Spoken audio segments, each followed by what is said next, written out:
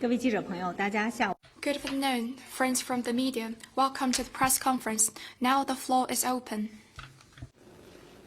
发言人好，新华社记者提问：20国集团领导人在。Xinhua News Agency. Leaders of G20 attended the 20th G20 summit in Johannesburg. The summit attracted wide attention amid growing concerns on whether G20 could continue its leading role in global governance. Could you share more information on China's participation? The summit is held under the theme of Solidarity, Equality and Sustainability. Premier Li Qiang attended and addressed the summit.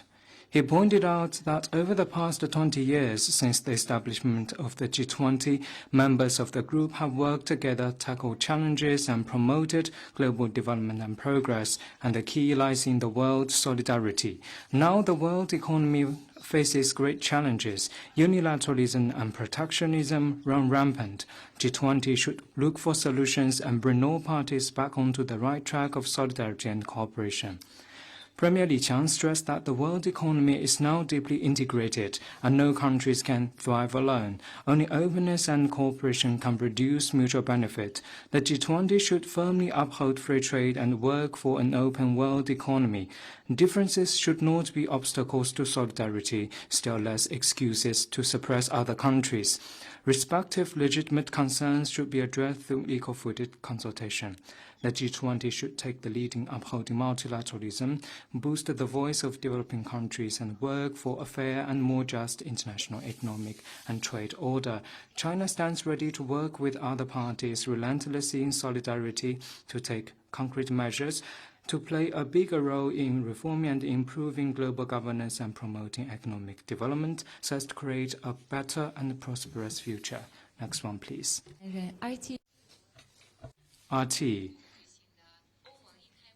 At the recently 4th Indo-Pacific Ministerial Forum, EU's High Representative Kaja Kallas said that China and Russia are working together to overhaul the global economic and security order. What's China's comment?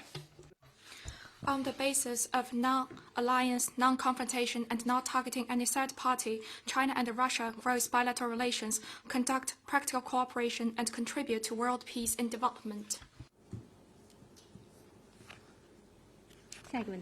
Next one.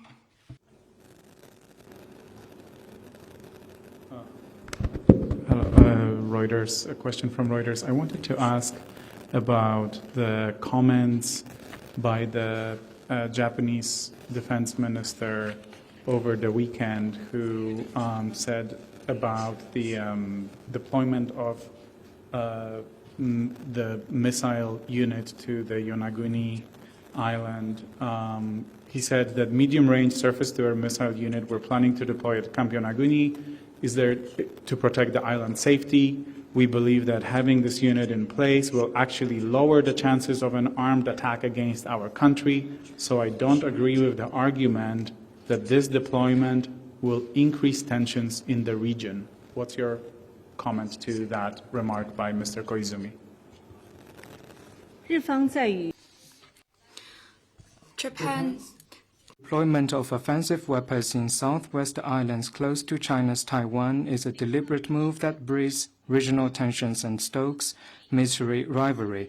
Given Japanese Prime Minister Takaichi's erroneous remarks on Taiwan, this move is extremely dangerous. Neighboring countries and the world should be on high alert. The Potsdam Proclamation explicitly stipulates that Japan should not be permitted to rearm for all.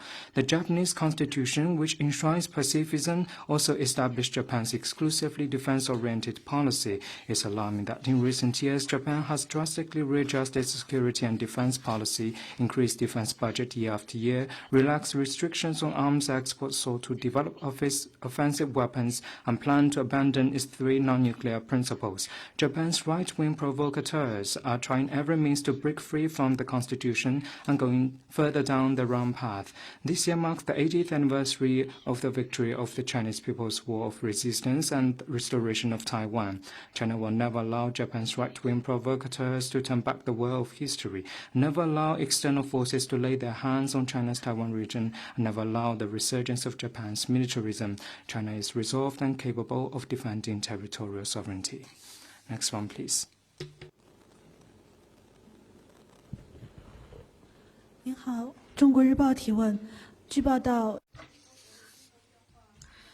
China Daily, the recent concluded COP30 of UNFCCC reached the Berlin political package. Countries agreed to work together to accelerate climate action, consider barriers related to the role of trade, and urge developed countries' parties to increase trajectory of their collective provision of climate finance for adaptation to developing countries' parties. UN Secretary-General Antonio Guterres also issued a statement commending the progress delivered. What's your comment? COP30 of the UNFCCC was concluded in Belém, Brazil on November 22nd. After 2 weeks of strenuous negotiations, parties reached the Belém political package that is positive and balanced. It displayed parties' determination to work in solidarity and cooperation on addressing climate change amid geopolitical turbulence and provide certainty and positive energy to the implementation of the UNFCCC. It needs to be noticed that, heeding the call of developing countries, for the first time, it held a dialogue on climate change related to trade-restrictive unilateral measures within the UNFCCC measures and develop a just transition mechanism.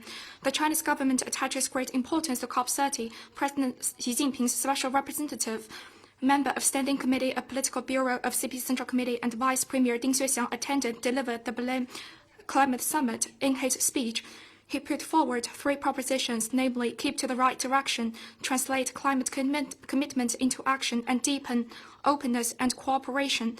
Setting positive note for COP30, the Chinese delegation actively played a leading role, had full and in-depth participation in negotiations and consultation on various agenda items, contributed China's ideas and plans to the multilateral rules-making on climate, and work for positive outcomes at the conference.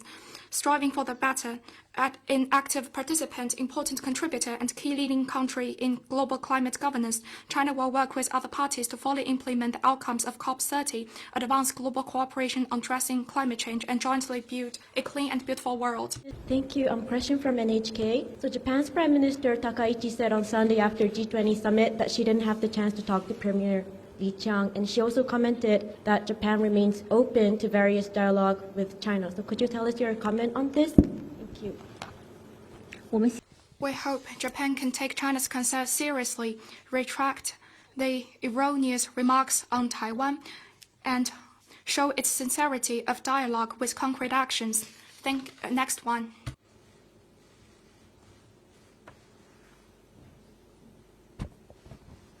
北京日报记者提问：近期越南受到多轮 Beijing Daily, torrential rain and flooding triggered by multiple typhoons have hit Vietnam, causing casualties and loss of property.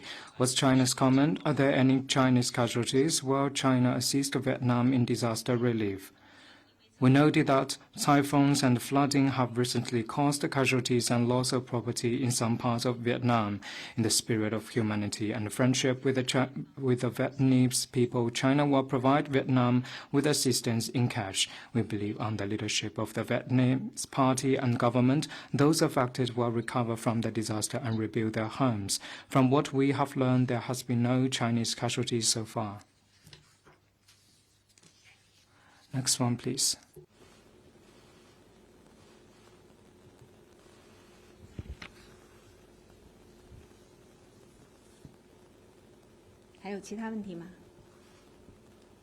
Any more questions? Thank you. Another question from NHK. So some Japanese media reported yesterday that China has rejected Japan's proposal to hold a trilateral meeting with South Korea, Japan in January. Can the Foreign Ministry give us any comment on this? The 3 parties have not yet reached any consensus on the scheduled time of the meeting. Recently, Japanese leader uttered erroneous remarks on Taiwan question, poison the basis and atmosphere of China-Japan-ROK cooperation, so the condition for the meeting is not ready yet.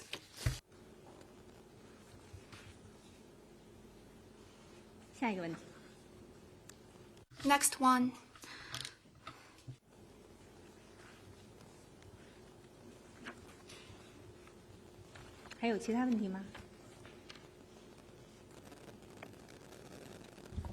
谢谢发言人。总台中国之声记者提问：据报道，针对中方就日本首相高市早苗涉台错误言论致函联合国秘书长， It was reported that China is sending a letter to UN Secretary General on Japanese Prime Minister's erroneous remarks on Taiwan.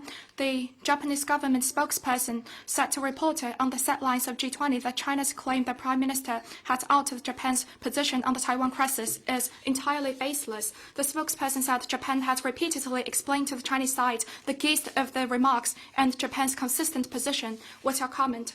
China has made its serious position clear several times on Japanese Prime Minister's erroneous remarks on Taiwan. The remarks seriously violate the spirit of the full political document between China and Japan and caused fundamental challenge to the political foundation of China-Japan relations. We've noted the Japanese side reference to Japan's consistent position on the Taiwan question, but what exactly do they mean by the so-called consistent position? Can Japan articulate this consistent position in its entirety to the public? If Japan merely keeps repeating that its position has not changed without specifying what the position is, and meanwhile keeps crossing the line, then this kind of repetition means nothing but empty words and simply fudges and hollows out the One China principle. The One China principle is an unshakable prevailing consensus in the international community. If there has truly been no change to the Japanese government's position on the question, Japan should unequivocally uphold the One China principle and abide by the spirit of the full political document between the two countries and honor the commitments Japan has made, including what has been stated in the Sino-Japanese joint statement that the government of Japan recognizes the government of the PRC as the sole legal government of China, and the government of the PRC reiterates that Taiwan is an inalienable part of the territory of the People's Republic of China. The government of Japan fully understands and respects the stand of the government of the PRC, and it firmly maintains its stand on the Article 8 of the Potsdam Proclamation. Why can't Japan fully and accurately reiterate this position? China urges Japan to take seriously what it has been heard from China, do seriously soul-searching and correct its wrongdoing, act to honor its commitment to China, and stop pursuing the misguided course, still less say one thing but do another. 下一个问题。 Next one, please. 还有其他问题吗？ Any other questions? This is the end of today's press conference. Thank you.